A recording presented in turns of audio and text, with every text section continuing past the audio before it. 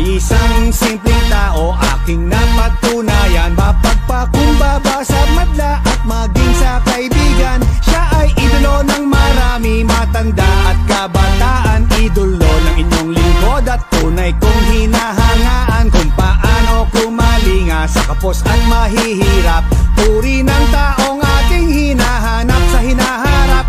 At ngayong nakita ko na ang tunay na agila sa buong Pilipinas, siya'y aking ipapakilala. Eto na, Inday Sara, here she comes. Duterte! Eto na, Inday Sara, here she comes. Duterte! Di tayo pababayaan, bayan ay aalagaan. Eto na, Inday Sara, here she comes. Duterte! Duterte apelyido, pangalan Inday Sara. Minamahal, tinatangkilik siya ng Pilipinong masa. Mismong ako ang patunay at aking nasaksihan nang siya'y aking makasama sa buong kapuluan. Mas mahalaga sa kanyang sarili, pagmamahal sa kanyang kapwa. Puso niya sumeserbisyo sa kapos at mga dukha. Ang mapabuti ang buong bansa'y kanyang hinahangad. At ang tiwala ng sambayanan ay may lagay sa kanyang palad. Eto na, Inday Sara, here she comes. Duterte! Eto na,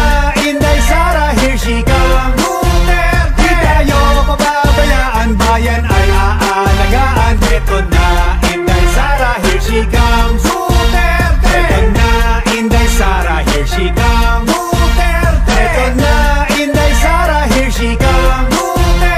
Di tayo pababayaan, bayan ay aalagaan. Eto na, Inday Sara, here she comes. Duterte! Isang taong may tapang, may pitak sa ating bansa. Isang taong may prinsipyo, may isang salita. Paglipad ng agila, magkaisa tayong lahat. Pagmamahal, suportang tunay ang ating ipangtapat. At tayo ay susuklian, buong pusong paninilbihan. Buong mundo niya ay iikot para sa buong bayan. Sa hamon ng kinabukasan, tayo'y nasa likuran. At umasa kang si Inday Sara nasa harapan. Eto na